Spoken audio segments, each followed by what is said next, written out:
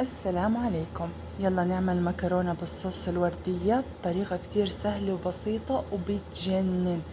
بالبداية رح يكون معنا كيس مكرونة أقلام، رح نسلقها بشوية زيت وشوية ملح وبس. بعدين رح نجيب طاسة، رح نضيف عليها قطعة من الزبدة وشوية زيت وبس يسخنوا معنا رح ننزل عليهم مكعبات صدر الدجاج. تمام، ورح نخليهم لحتى ينزلوا ميتهم. تمام، ويتحمروا شوية. طبعا بنحطهم على درجة حرارة عالية لحتى ياخدوا الصدمة تبعتهم. بعد هيك راح ننزل البصل الشرايح، وراح ننزل الفلفل الرومي الألوان اللي متوفر عندك حطيه. وبعد ما تاخديهم تشويحة هيك أبو دقيقتين ثلاثة راح ننزل عليهم الذرة. ويا سلام لو عندك شوية مشروم بيشهوا.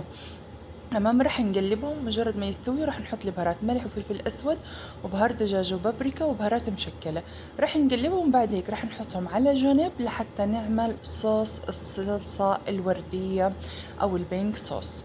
بالبداية راح نحط شوية زيت وبصلة. طبعا البصل اللي عندي متلجة فحطيتها، وحطيت كوبايتين من عصير الطماطم وكوباية كبيرة من المي. والبهارات ملح فلفل اسود شوية سكر وكمان بهارات مشكلة. راح نخليها تتسبك شوية، وبس تتسبك شوية راح ننزل عليها كوباية أو 500 ملي من كريمة الطبخ.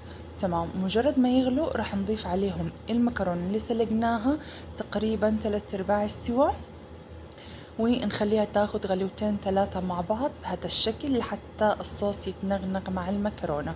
راح نجيب صحننا ونصف المكرونة زي ما انتم شايفين، ونصف الخلطة ونصف الباقي. وبعدين ندخلها على درجة حرارة 200 لمدة نص ساعة لحتى تاخد التسبيك الصح وكمان تاخد وشها الحلو. طبعا شو ما في عندك جبنة موجودة فيك تحطي اللي بناسبك. أنا حطيت جبنة شيدر وكمان جبنة موزاريلا شرايح ودخلتها الفرن واخدت هالتقميرة، وشايفين هالبقبقة ما أحلاها. بسم الله ما شاء الله، طعم وريحة خرافية يا جماعة، لازم تجربوها. للأمانة وصفة يعني تسجل للتاريخ. جربوها وادعولي وبألف صحة وعافية يا رب.